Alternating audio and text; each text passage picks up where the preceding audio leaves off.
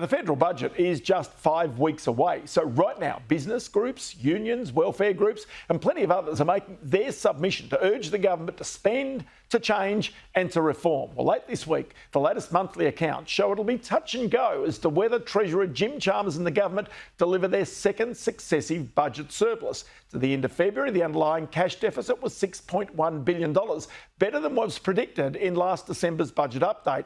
But with so many competing voices for cost of living relief, energy transformation, NDIS changes, tax reform, extra military spending, the spending priorities versus budget discipline are a constant balancing act for the Treasurer and the Finance Minister. To that end, Victoria, traditionally a manufacturing, medical science and employment powerhouse of our nation, is clearly struggling more than others under the weight of a mounting debt and ballooning costs for infrastructure projects. Victorian political reporter Simon Love sat down this week with the Victorian Chamber of Commerce and Industry's Chief Executive, Paul Guerra. Hopefully it gives the federal government some ideas which they may be able to implement to support business. And that's the key message here. Let's free business up in this state to get on and help our economy grow, because we know when business is thriving, the state's thriving, and we have healthy economies and healthy communities as part of that. You say there's a 20-year slumber on taxation reform in this submission. Why is the taxation system in a deep sleep, so to speak? Yeah, well, it's time to rethink. We've had federal government raising revenue, you've had state governments raising revenue, and now there's almost a competition to see who can raise the biggest revenue out of business. What we're saying now is if you keep taxing business, we'll lose business. There are opportunities in other countries, and we're seeing that. There are other opportunities in other states, and we're seeing that as well. So Victoria, to remain competitive, we need to see a better outcome for Victorian business. And our view right now is let's drop the borders across the states and let's have a rethink about where we want business to play in the overall Australian economy, and selfishly from the Victorian side, how do we incentivise Victorian business to get that growth and stimulus going again. Drop the borders, eh? Time to rethink some federation issues. Yeah, we kind of lost that a little bit through COVID, and you know, there's some big challenges ahead for Australia, big challenges ahead for Victoria. We can't operate in isolation to the rest of the country.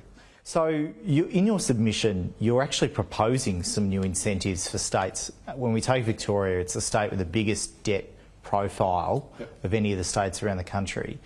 Now, there's levies such as the COVID levy, which is on business payrolls, mental health levy on business payrolls. What's your idea to try and reduce that? Yeah, so no other state had these levies. You know, the COVID one was brought about because of the debt that was born through COVID. Park that's happened, business shouldn't have to pay that off. And what we're saying is, while that COVID debt levy sits there, business in this state is less competitive. So we're simply saying to the federal government, if the state government here is willing to drop that COVID debt levy on Victorian business, can there be a payment coming in from the federal government to say, we'll cover that debt, pay it back over time, but we don't want you to pass that on to business. In some ways, it's talking to productivity. Because the more we tax business, the less productive they're going to be, because they can't make the profit that they need to be.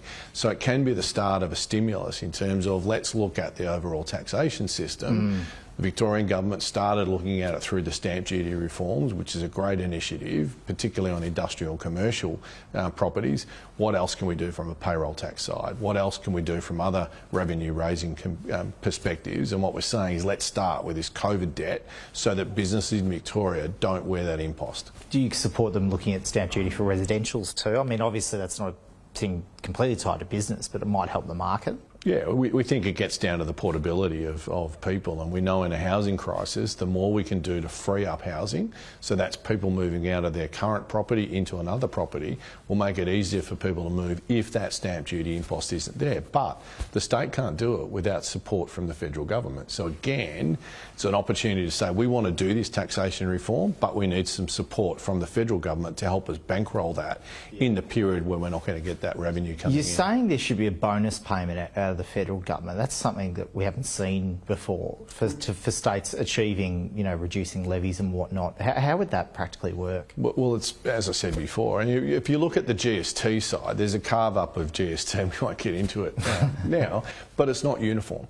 So what we're saying is, how do we look at the taxation system that each state has to make it more uniform across the states. How do we incentivise business across the state? And then we're going to have the same conversation when it comes to energy, right? Victoria or New South Wales or Queensland shouldn't be penalised because of the energy resources they have or don't have. How do we get to a point where the whole energy debate is centred around the eastern seaboard and pick South Australia up in that? So it doesn't matter where the energy comes from. We all get the benefit from it. So what do you make of nuclear? Is that part of the conversation in the future? I think everything should be part of the conversation, but I think we have to have some practicalities around it. If we're going to get to net zero by 2035, and that's what the state's after, nuclear doesn't probably play for 2 decades down the track. So in time, it may come in, but where we're confronted now, it's around solar, it's around offshore wind.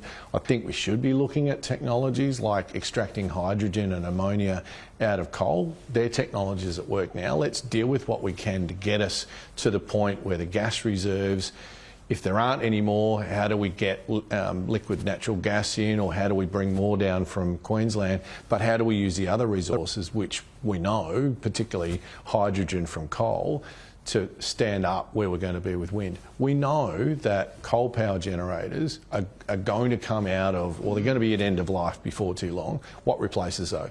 Let's concern ourselves with what we can do rather than the philosophical conversation. And part of that too is there was a big energy event earlier in the year in Victoria where 500,000 homes were off, or businesses.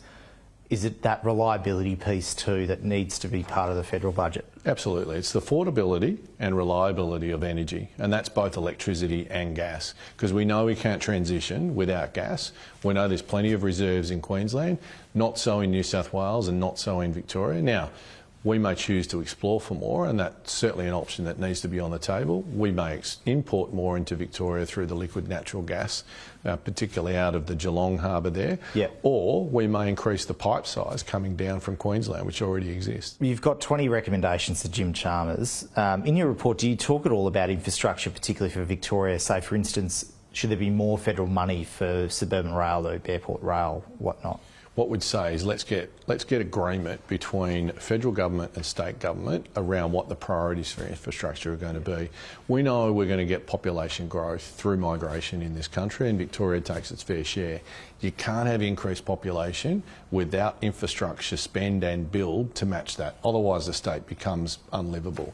What we'd love to see is a 10-year rollout in terms of a plan on where the money is going to be, and make that a 10-year rolling plan which gets support from both opposition and government, so it no longer becomes contestable at state elections, and then get the funding from the federal government to roll in behind that. Then that takes the argument out of it. Because that would go beyond the federal budget's estimates, which are usually 4 years. Totally. But it gives certainty. And minerals too in Victoria. I mean, WA, Queensland, vast with minerals.